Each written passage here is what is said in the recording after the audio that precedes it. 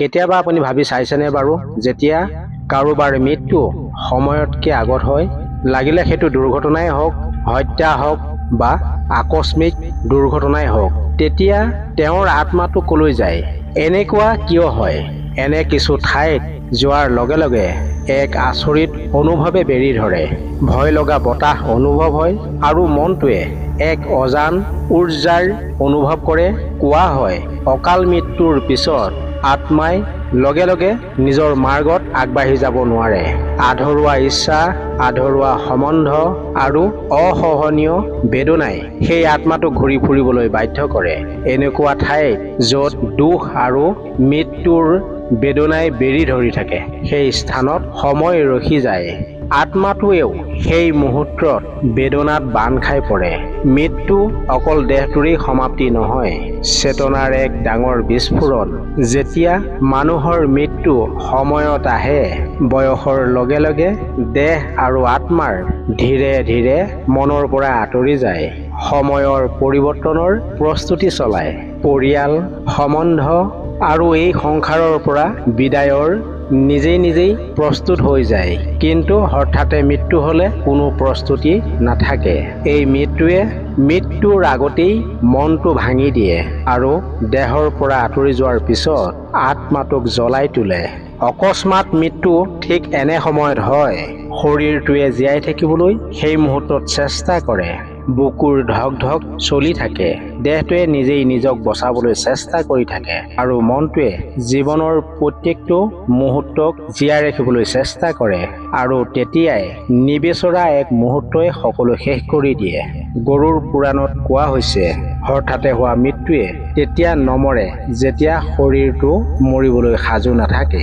অকস্মাত মৃত্যু তেতিয়া হয় যেতিয়া আত্মাটোৱে বুজিবলৈ সময়েই নাপায় যে মৃত্যু হৈ গ'ল। মৰাৰ পিছত প্ৰথম ৰাতি সেই কাৰণেই ভয়াৱহ হয়, কাৰণ প্ৰথম কেইটামান ঘণ্টাত আত্মাই এইটো বুজিয়েই নাপায় সি যে মৰি গ'ল। নিজৰ মৰা শৰীৰটোৰ ওচৰত ঘূৰি ফুৰে, নিজৰ শৰীৰটোৰ ওপৰত বগাবলৈ চেষ্টা কৰে, নিজৰ মুখখন চাবলৈ চেষ্টা কৰে আৰু নিজৰ শৰীৰটোত প্ৰৱেশ কৰিবলৈ চেষ্টা কৰে। কিন্তু দেহটোৱে সেই আত্মাক স্বীকাৰ নকৰে। দৰজা বন্ধ হৈ যায় আৰু বন্ধ অন্ধকাৰৰ পৃথিৱীখন আৰম্ভ হৈ যায়। এইটোৱেই প্ৰথম যন্ত্ৰণা। যিজন ব্যক্তিয়ে অকাল মৃত্যু পায়, তেওঁৰ আত্মাটো পৰিয়ালৰ ওচৰলৈ যাবলৈ বিচাৰে। সি সিহঁতক মাতে, কিন্তু কোনেও শুনা নাপায়। সি ঘৰলৈ সোমাই যায়, কিন্তু কোনেও তাক দেখি নাপায়। প্ৰিয়জনৰ কান্ধত হাত ৰাখিবলৈ বিচাৰে, স্পৰ্শ কৰিলেও কোনেও অনুভৱ নকৰে। সেয়াই হৈছে অস্তিত্বৰ নাশ, য'ত আত্মা জীয়াই আছে, কিন্তু পৃথিৱীবাসীয়ে তেওঁক মৃত বুলি ধৰি লৈছে। তেতিয়াই আৰম্ভ হয় সেই ক্ষণটোৰ, যেতিয়া আত্মাই প্ৰথমবাৰলৈ কান্দে। সেই কান্দি থকাৰ ধ্বনি কাৰোৰ কাণত নপৰে, কিন্তু ঘৰখনৰ পৰিৱেশত দুখেৰে ভৰাই তোলে। হঠাতে ঠাণ্ডা হাৱা অনুভৱ হয়, হঠাতেই বেদনা, হঠাতেই ভয় লগা। এই গোটেইখিনি কান্দি থকা আত্মাটোৰ অনুভৱ। মানুহে কয়, অকস্মাত মৃত্যু হোৱাৰ স্থানত ভয় লগা হৈ উঠে। বাস্তৱতে সেই জেগা ভয় লগা নহয়। সেই স্থান কান্দি থকা আত্মাৰ প্ৰতীক্ষাৰ স্থান হৈ পৰে। দুৰ্ঘটনাৰ ঠাই, জলাশয়, আধৰুৱা ঘৰ, পাহাৰ, জুৰি, পুৰণি গছ, এই জেগাবিলাকত বেলেগ ধৰণৰ অনুভৱ হোৱা কোনো ৰহস্যৰ অৱতাৰণা নকৰে। এটা আত্মাৰ উপস্থিতিৰ অনুভৱ হয়। গৰুড় পুৰাণত কৈছে, অকাল মৃত্যুৰ আত্মা অলপ দিনলৈকে নিজৰ মৃত শৰীৰটোৰ ওচৰলৈ বাৰে বাৰে আহে। তেওঁ তেতিয়াও এটা বিশ্বাস পুহি ৰাখে যে এয়া সকলো সপোন আৰু দেহটো পুনৰ জাগি উঠিব। বাৰে বাৰে শৰীৰটোলৈ চায়, কিন্তু নিজকে দেহটোৰ ভিতৰত বিচাৰি নাপায়। এই ঘটনাই আত্মাটোক ভিতৰৰ পৰা দুৰ্বল কৰি তোলে। এই দুখ জীৱনৰ আটাইতকৈ ডাঙৰ দুখ হিচাপে অনুভৱ কৰে। লাহে লাহে আত্মাটোৱে বুজি উঠে, সেই দেহটো কেতিয়াও আৰু জীৱিত নহয়। আৰু সেইখিনিৰ পৰাই দ্বিতীয়টো দুখ আৰম্ভ হয়। যিবিলাক সপোন আধৰুৱা থাকি গ'ল, যি প্ৰেম আধৰুৱা থাকি গ'ল, যি দায়িত্ব, যিখিনি কথা, সকলোখিনিয়েই আত্মাটোক শিকলিৰে বান্ধি পেলায়। গভীৰ বেদনা এইখিনি নহয় যে জীৱনটো শেষ হৈ গ'ল। গভীৰ দুখ এইখিনি, গোটেই জীৱনটো উপভোগ কৰিব নোৱাৰিলোঁ।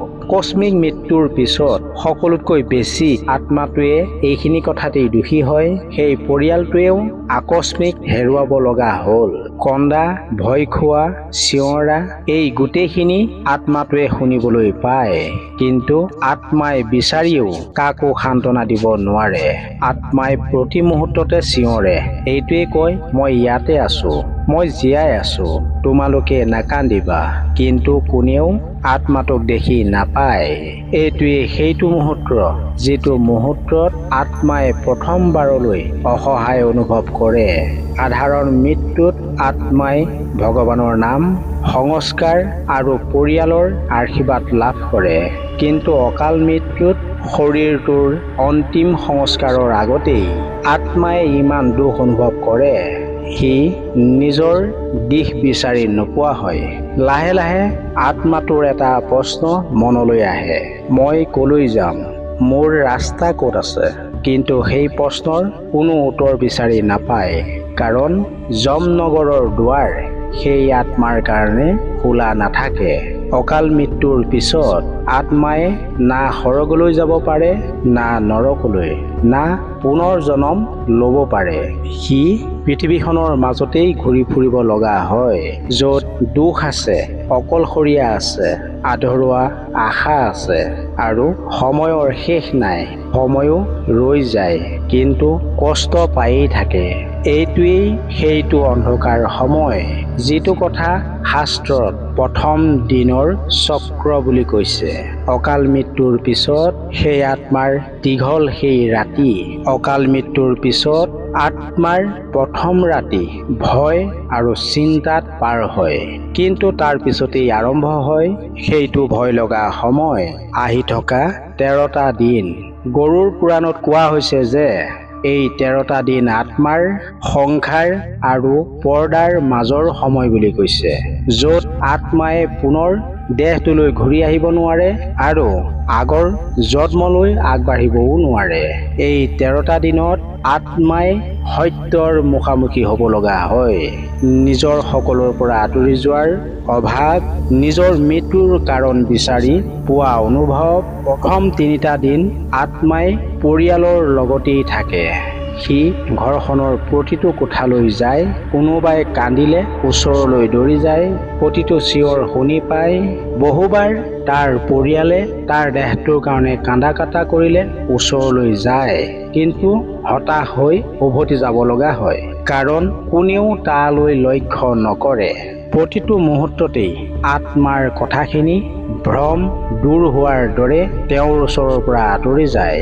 ইয়াৰ পিছতেই আহে সেইটো ক্ষণ, যেতিয়াই আত্মাই প্ৰথমবাৰলৈ নিজৰ ফটোখনত মালা ওলমি থকা দেখিবলৈ পায়।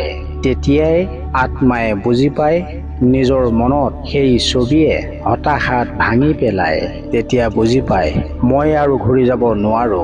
ইয়াৰ পিছতেই 6-7 দিনৰ পিছত আত্মাই সকলোতকৈ বেছি উত্ৰাৱল হৈ পৰে, কাৰণ প্ৰথমবাৰলৈ সকলোৱে তাৰ হৈ কন্দা দেখে, কিন্তু সি চকুৰ পানী মচি দিব নোৱাৰে। মন্দিৰত প্ৰাৰ্থনাৰ শব্দ শুনিবলৈ পায়, কিন্তু আত্মাই সেই প্ৰাৰ্থনা শুনিব নোৱাৰে। ঘৰৰ মানুহে সেই আত্মাক মোক্ষ প্ৰদান কৰিব বিচাৰে, কিন্তু তাৰ মন পৰিয়ালৰ মাজতেই থাকিব বিচাৰে। এইকেইটা দিনৰ ভিতৰতেই আত্মাৰ সকলোতকৈ বেছি মনৰ চিন্তা বাঢ়ে। মোৰ অবিহনে সিহঁতৰ কি হ'ব? কিয় ইমান সোনকালে মৰিলো? কিয়? কি মই কিবা কৰিব পাৰিলোহেঁতেন নেকি? তাতোতকৈ বেছি চিন্তা আহে, যদি মই আৰু এটা সুবিধা পালোহেঁতেন। এই চিন্তাই সকলোতকৈ বেছি আত্মাটোক বান্ধি পেলায়। 7 দিনৰ পৰা 10 দিনৰ ভিতৰত এইটো সেইটো সময় যেতিয়া আত্মা তেওঁৰ ঘৰৰ পৰা দূৰলৈ যাবলৈ আৰম্ভ কৰে আৰু ঘূৰি আহিব নোৱাৰে। এই দিনকেইটাত আত্মাৰ ওপৰত সেইকাৰণেই চবতকে বেছি প্ৰভাৱ পৰে, কাৰণ আত্মাৰ কাৰণে সংসাৰৰ সকলো দুৱাৰ বন্ধ হৈ যায়। সি নিজৰ পৰিয়ালক মাতে, ল'ৰা-ছোৱালী, মা-দেউতা, ভাই-ভনী, প্ৰিয়জনক, বন্ধুসকলক, কিন্তু কোনেও নুশুনে। আত্মাটোৱে অনুভৱ কৰে তাক পৰিয়ালে পাহৰি যোৱা নাই, কিন্তু তাৰ অবিহনে জীয়াই থাকিবলৈ চেষ্টা কৰিছে। সেই অনুভৱে তাৰ অন্তৰখন ভাঙি পেলায়। এনেকৈয়ে জীৱন চলি গৈ থাকিব। যদিও সি এতিয়া সিহঁতৰ লগত নাথাকে। 10 দিনৰ পৰা 13 দিনৰ সময়ত সকলোতকৈ ডাঙৰ সময় তাৰ কাৰণে আহি পৰে। আত্মাৰ উৰ্জা অন্তিম মুহূৰ্তলৈ আহি পৰে। সি অনুভৱ কৰে এতিয়া সি এই পৃথিৱীত থাকিব নোৱাৰে, কিন্তু সি যাবলৈ কোনো ৰাস্তাও বিচাৰি নাপায়। এইটো সেইটো সময় যিটো আত্মাৰ ওচৰত অদৃশ্য শক্তি উপস্থিত হয়। যিবিলাক আত্মাই বহু দুখেৰে মৃত্যু হৈছিল বা কাৰোবাৰ জীৱন একেবাৰেই আধৰুৱা হৈ থাকিছিল, সিহঁত ওচৰলৈ আহে। সেই আত্মাবিলাকে তাক বেছিকৈ আকৰ্ষণ কৰিব বিচাৰে, কাৰণ অকলশৰীয়া আত্মা সিহঁতৰ কাৰণে ভয়ংকৰ হ'ব পাৰে। জংঘলৰ ঠাই, পুৰণি জৰাজীৰ্ণ ঘৰ, হাট, পাহাৰ, দুৰ্ঘটনাৰ ঠাই, এইখিনি সেইখিনি ঠাই য'ত অকাল মৃত্যু হোৱা আত্মাবিলাকে ইটোৱে সিটোৰ দুখত সমভাগী হয়। 13 নম্বৰ দিনত যেতিয়া পৰিয়ালে অন্তিম সংস্কাৰ কৰে, সেইদিনা প্ৰথমবাৰলৈ আত্মাই অলৌকিক সংকেতৰ দিশ অনুভৱ কৰে। কিন্তু সি তেতিয়াহে সেই স্থানলৈ যাব পাৰিব যেতিয়া সি নিজৰ জীৱন, নিজৰ শৰীৰ আৰু সম্বন্ধৰ পৰা মানসিকভাৱে আঁতৰি যাব পাৰিব। আৰু তেতিয়াই সকলোতকৈ ডাঙৰ সংঘৰ্ষৰ জন্ম হয়। যি আত্মাই এইবিলাক এৰিব নোৱাৰে, সি এই সংসাৰৰ মাজতেই থাকিব লগা হয়। সি না জীয়াই থাকে, না মৃত্যুৰ লোকত স্বীকাৰ কৰি লয়।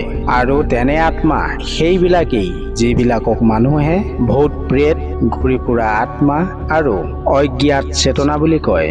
এতিয়া আত্মা ঘৰৰ পৰা ওলাই গুচি গৈছে আৰু তাৰ মনত হাজাৰ প্ৰশ্নই খুন্দিয়াই আছিল। মই ইয়াত কেনেকৈ পালোহি? মোৰ মুক্তি কেতিয়া হ'ব? ইয়াৰ পৰা আগলৈ মই কলৈ যাম? কিন্তু ভয়ে এতিয়াও তাক এৰি দিয়া নাই, কাৰণ সন্মুখত যি ৰাস্তা আছিল, সেই ৰাস্তা অন্ধকাৰময়, ইমান গধুৰ, ইমান অসহ্যকৰ। সেই স্থানৰ দৃশ্যই আত্মাক ভয় খাবলৈ বাধ্য কৰে। সেই ৰাস্তাত আগবঢ়াৰ লগে লগে অন্য ঘটনাই বেৰি ধৰে। আত্মাই নিজৰ জীৱনৰ দৃশ্যবিলাক দেখিবলৈ পায়, কিন্তু সেই মনোভাৱ মনত নিজেই নাহে। সেই ছবিবিলাক, সেইবিলাক কৰ্মৰ যিবিলাকৰ হিচাপ এতিয়াও বাকী আছে। কোনোবাই কান্দি থকাৰ শব্দ, কোনোবা ভাঙি যোৱাৰ শব্দ, কাৰোবাৰ অন্তৰত দুখ দিয়াৰ অনুভৱ। সেই প্ৰতিটো অনুভৱ যিবিলাক আগতেই পাহৰি গৈছিল, ব্ৰহ্মাণ্ডই পাহৰি নাযায়। সেইখিনি দেখিবলৈ নাপায়, সেইখিনি অকল অনুভৱ কৰা হয়। সেইখিনি অকল অনুভৱ হয়। সেই সময়টোকেই কোৱা হয় কৰ্ম দৰ্পণ। সেই কৰ্ম দৰ্পণ এনেকুৱাই যিখিনি লুকোৱা হৈছে। ইয়াত আত্মাই কান্দিব পাৰে, চিঞৰিব পাৰে, কিন্তু এইখিনি শুনিবলৈ কোনোৱেও নাথাকে, কাৰণ এয়া ন্যায়। নিজৰ লগত নিজৰ কাৰণে আত্মা আগবাঢ়ি গৈ থাকোঁতেই ৰাস্তা দুভাগত বিভক্ত হৈ পৰিছে। এটা ৰাস্তা উজ্জ্বলতাৰে আছিল, সৰল আৰু শান্ত। দ্বিতীয়টো ৰাস্তা অন্ধকাৰ, ভয় লগা, চিঞৰ আৰু আৰ্তনাদ। এতিয়া আত্মাই নিৰ্বাচন কৰিব লাগিব কোনটো ৰাস্তাত আগবাঢ়িব। কিন্তু এই নিৰ্বাচন ইচ্ছামতে কৰিব নোৱাৰে। এই নিৰ্বাচন কৰ্মই নিৰ্ণয় কৰে। যদি ভাল কাম বেছিকৈ কৰে, আত্মাক উজ্জ্বলতাৰ ৰাস্তাত লৈ যোৱা হয়। যদি বেয়া কাম বেছি কৰিছে, আত্মা সেই অন্ধকাৰ বাটত লৈ যোৱা হয়। এয়াই হৈছে প্ৰকৃত ভয়। আত্মাই পোহৰৰ ফালে খোজ দিবলৈ চেষ্টা কৰিলেও কোনোবাই টানি সেই অন্ধকাৰ বাটত লৈ যায়। কোনো মানুহে নহয় বা কোনো ভূতে নহয়, এয়া নিজৰ কৰ্মৰ বাট। প্ৰতিটো ভুল কৰ্ম, প্ৰতিটো ভুল চিন্তাই কান্দি থকা মা, ভাগি যোৱা হৃদয়, যিখিনি বেয়া কৰ্ম গোটেইখিনিয়ে আত্মাক বেয়া ৰাস্তা আৰু ভুল ৰাস্তাৰ নিৰ্ণয় কৰায়। আত্মাই চিঞৰে, মোক এৰি দিয়া, মই তালৈ যাব নিবিচাৰোঁ। তেতিয়াই শব্দ শুনিবলৈ পোৱা যায়, পস্তালেই মুক্তি নাপায়। শুধৰণি দিয়ে, তাৰ পিছতেই ৰাস্তা অন্ধকাৰ হৈ পৰে। মুহূৰ্তৰ কাৰণে সকলো শান্ত। ইয়াৰ পিছতেই মানুহে ভবাৰ ওপৰত চিঞৰৰ শব্দ। আত্মা আন্ধাৰৰ বুকুত পৰি যায়। এতিয়া তাৰ যাত্ৰা ইমান সহজ নহয়। ইয়াৰ পৰাই আৰম্ভ হয় ঘূৰি ফুৰা আত্মাৰ সকলোতকৈ কঠিন সময়। আন্ধাৰৰ গাঁতত পৰাৰ লগে লগে সকলো শান্ত। না কোনো পোহৰ, না কোনো শব্দ, মাত্ৰ অকলশৰীয়া অনুভৱ, যি অন্তৰাত্মাত অনুভৱ কৰে। কিছু সময়ৰ পিছত আত্মাই অনুভৱ কৰিলে কি কোনো স্থানত ৰৈ গৈছে। এয়া হৈছে অদৃশ্য কাৰাগাৰ। অকাল মৃত্যুৰ বেছি সংখ্যক আত্মাই ইয়ালৈ আহিব লাগে, কাৰণ সিহঁতৰ জীৱন হঠাতেই আজৰি লৈ যায়। সিহঁতৰ আধৰুৱা কৰ্মই আৰু মনত এটাই প্ৰশ্ন থাকে, কিয়? এইখিনিৰ পৰাই আচল সংঘৰ্ষ আৰম্ভ হয়। আত্মাই এনে অনুভৱ কৰে, কোনোবাই সিহঁতৰ মনটোক টানি আছে। প্ৰতিটো দুখ ভৰা সময় বাৰে বাৰে সিহঁতৰ ওচৰলৈ উভতি আহে। যাক সি কন্দুৱাইছিল, যাক এৰি দিছিল, যাক মিছা কথা কৈছিল, যাৰ সপোন ভাঙিছিল, সকলো তাৰ ওচৰত উপস্থিত হয়। কিন্তু ইয়াত কোনো ক্ষমা নাপায়, কাৰণ ইয়াত কোনো অন্য নহয়, নিজেই নিজক মাফ কৰা সকলোতকৈ কঠিন। এই স্থানত সময় বেলেগ। পৃথিৱীত এৰাতি পাৰ হয়, ইয়াত এবছৰ যেন লাগে। আৰু এই কষ্ট তেতিয়ালৈকে চলি থাকে যেতিয়ালৈকে আত্মাই স্বীকাৰ কৰি নলয়, যিখিনি কৰিলো সেইখিনি মোৰ কৰ্মৰ ফল। ইয়াত বহু আত্মাৰ অন্তৰ ভাগি যায় আৰু মানি আগবাঢ়ি যায়। কোনোবাই মানি নলয় আৰু ফচি থাকে। অকাল মৃত্যুত নিজৰ পশ্চাতাপ নিজৰেই শত্ৰু হৈ পৰে, কাৰণ দেহটোৱে সময়তকৈ আগতেই নিজৰ শৰীৰ ত্যাগ কৰিছে। এতিয়া আত্মাৰ লগত সকলোতকৈ বেয়া সময় থাকে, নিজৰেই কৰ্মৰ ফলৰ পশ্চাতাপ। ইয়াৰ মাজতেই আন্ধাৰৰ মাজত এটা পোহৰ দেখিবলৈ পালে। উজলি থকা নহয়, কিন্তু শান্ত। আত্মাৰ পৰিৱৰ্তনৰ এয়া সংকেত। তেতিয়াই এক ভয়ংকৰ শব্দ শুনিবলৈ পালে। না চিঞৰ, না ভয়, কিন্তু বহুত স্থিৰ। কৰ্মৰ ফল সন্তুলন হোৱাৰ পিছত আত্মা যিটো পথেৰে আগবাঢ়িছিল, সেই স্থানৰ উৰ্জা বেলেগ ধৰণৰ আছিল। না সেয়া সম্পূৰ্ণ পোহৰ, না সম্পূৰ্ণ আন্ধাৰ। এয়া সেইটো সীমা, যিটো সীমাৰ পৰা পিছৰ জন্মৰ আৰম্ভ হয়। আত্মা আগবাঢ়ি গৈ এক বিশাল ঠাইত উপস্থিত হ'ল। এয়াই আছিল আত্মিক মাৰ্গ, য'ত সকলো আত্মাই সেইটোৱেই অনুভৱ কৰে যিখিনি জীৱনে বনাইছিলে। এই ঠাইখন 3 ভাগত বিভক্ত আছিল: শুদ্ধ প্ৰকাশ, গভীৰ অন্ধকাৰ ঠাই আৰু আক্ৰমণ ক্ষেত্ৰ। আৰু এতিয়াই আত্মাক সেইটো স্থানলৈ পঠিয়াবলৈ আছে, যাৰ নিয়তি কৰ্ময়ে গঠন কৰিছিল। কিন্তু ইয়াৰ আগতেই এটা অন্তিম সময় আহে, যিটোক কোৱা হয় আত্মাই বুজি উঠা সময়। এইটো সেইটো সময় যিটো সময়ত আত্মাই গোটেই জীৱনৰ কথাখিনি বুজি উঠে, আন দৃষ্টিৰে নহয়, নিজৰ গ্ৰহণ দৃষ্টিৰ দ্বাৰা। কাৰোবাক দুখ দিয়াৰ অনুভৱ, কাৰোবাক সহায় কৰাৰ শান্তি, কোনো কথাত খং উঠাৰ কাৰণ, কাৰোবাৰ মৰম বুজি নোপোৱাৰ অনুভৱ, সকলোখিনি স্পষ্টভাৱে দেখি পায়।